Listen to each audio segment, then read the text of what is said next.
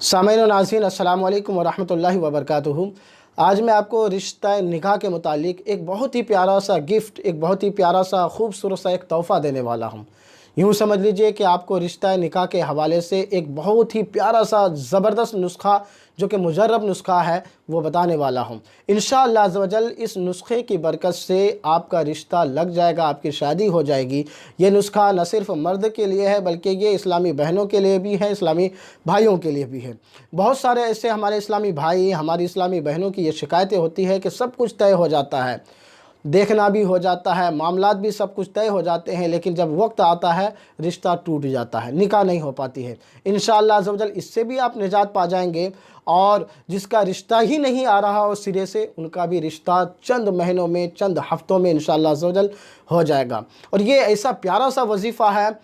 خدا نہ کرے نکاح نہ ہو، میں بتانے والا ہوں کہ یہ ایسا وظیفہ ہے کہ اگر نکاح نہیں بھی ہوتا ہے تو بھی آپ بے شمار فوائد کے مستحق ہو جائیں گے۔ آپ ایسا کام کر گزریں گے کہ انشاءاللہ عز و جل اس کی برکت سے آپ جنت جانے کے مستحق ہو جائیں گے، کیونکہ یہ بہت ہی پیارا سا وظیفہ ہے۔ اس سے پہلے آپ نے نہ کبھی سنا ہوگا، نہ کسی نے بتایا ہوگا۔ ہمارے بہت سارے اسلامی بہنیں اور اسلامی بھائی پریشان ہوتے ہیں، انہیں گھبرانے کی ضرورت نہیں، بہت ہی مختصر سا وظیفہ ہے۔ کسی بابا کے پاس نہیں جانا ہے، کسی تانترک کے پاس نہیں جانا ہے، کسی عالم دین سے جا کر کے تعویذ بھی نہیں لینی ہے، گھر بیٹھے آرام سے بنا پیسے کے یہ کر سکتے ہیں آپ۔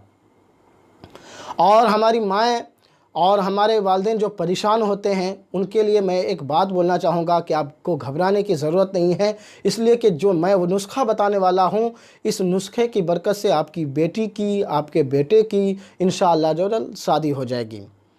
وہ نسخہ کیا ہے؟ اس سے پہلے کہ میں آپ کو وہ نسخہ، وہ طریقہ بتاؤں، ناظرین آپ سے گزارش کروں گا کہ ہمارے channel the power of knowledge کو سبسکرائب کر کے ہمیں شکریہ کا موقع دیں۔ سامعین و ناظرین زیادہ تاخیر نہ کرتے ہوئے چلیے ہم اپنے ٹاپک کی طرف چلتے ہیں، اپنے عنوان کی طرف چلتے ہیں کہ وہ کون سا وظیفہ ہے، وہ کون سا عمل ہے جس کی برکت سے ہمارا رشتہ لگ جائے گا، ہماری شادی ہو جائے گی، اس میں کوئی رکاوٹیں نہیں ہوگی اور ہم بے شمار ثواب کے مستحق ہوں گے۔ تو وہ وظیفہ یہ ہے، جیسا کہ فیضان نماز میں لکھا ہوا ہے، علماء کرام نے لکھا ہوا ہے، میں کتاب کے حوالے سے بتاتا ہوں۔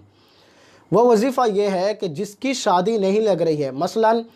میرے بھائی کی شادی نہیں لگ رہی ہے تو میرا بھائی اگر چاہے تو خود وہ وظیفہ کرے، خود وہ عمل کرے، یا اگر میرے والد صاحب اگر یہ عمل کرنا چاہے اپنے بیٹے کے لیے تو بھی یہ کر سکتا ہے۔ اسی طرح سے اگر میری بہن کی اگر شادی نہیں لگ رہی ہے یا میری بیٹی کی شادی نہیں لگ رہی ہے تو میرا باپ اگر کرنا چاہے تو بھی وہ کر سکتا ہے، یا اس کا بھائی اگر وہ کرنا چاہے تو بھائی بھی کر سکتا ہے، چاہے بھائی کرے چاہے اس کے والد کرے، کوئی بھی یہ وظیفہ کرے گا انشاءاللہ عز و جل اس کا نکاح ہو جائے گا، اس کا رشتہ لگ جائے گا۔ یعنی اگر وہ چاہے اپنے لیے کرنا چاہے تو اپنے لیے بھی کر سکتا ہے، اپنی بیٹی کے لیے، اپنی بہن کے لیے بھی کرنا چاہے تو اس کا عمل ہو جائے گا، اس کا رشتہ لگ جائے گا۔ وہ کیا ہے؟ علماء کرام نے لکھا ہوا ہے کہ ایسے وقت میں جب کہ مسجد میں جھاڑو دینا نہایت ضروری ہو، جب کہ جھاڑو دینے کا صحیح معنی میں درکار ہو، تو ایسے وقت میں اگر وہ مسجد میں جھاڑو اس نیت سے دیں کہ میری شادی ہو جائے، میرا رشتہ لگ جائے،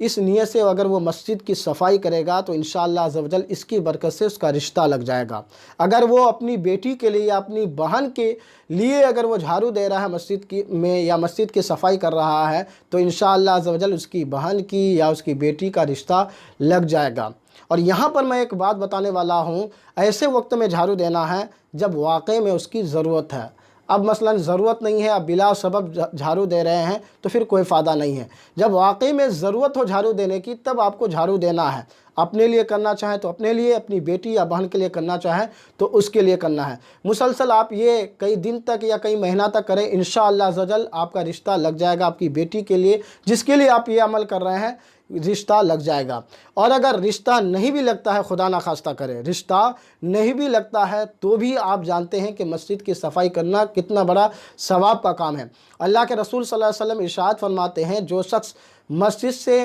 تکلیف دہ چیز کو ہٹاتا ہے، دور کرتا ہے، اللہ تبارک تعالیٰ اس کے لیے جنت میں گھر بناتا ہے۔ یہ ایک ثواب ہوا۔ دوسرا ثواب یہ ہے کہ ہمارے آقا صلی اللہ علیہ وسلم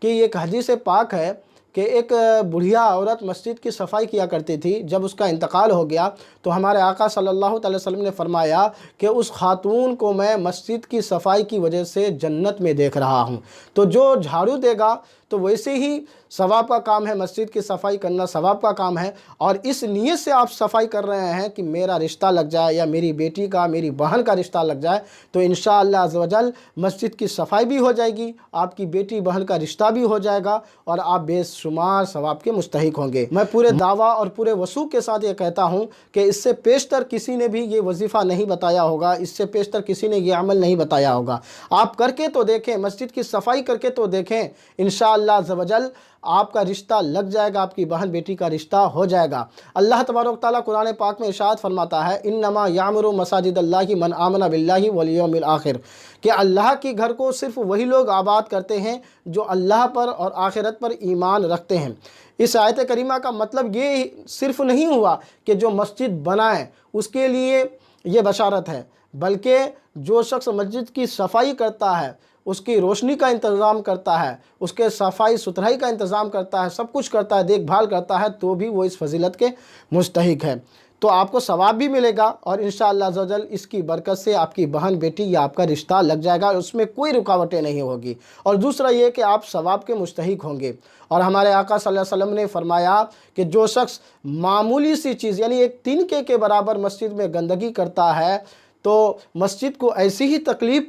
پہنچتی ہے جس طرح کے کسی کے آنکھ میں کوئی چیز ذرہ برابر معمولی سی چیز آنکھ میں پڑ جانے سے تکلیف ہوتی ہے، اس سے کہیں زیادہ مسجد کو تکلیف ہوتی ہے جو گندگی کرتا ہے۔ تو گندگی کرنا تو یہ گناہ ہے،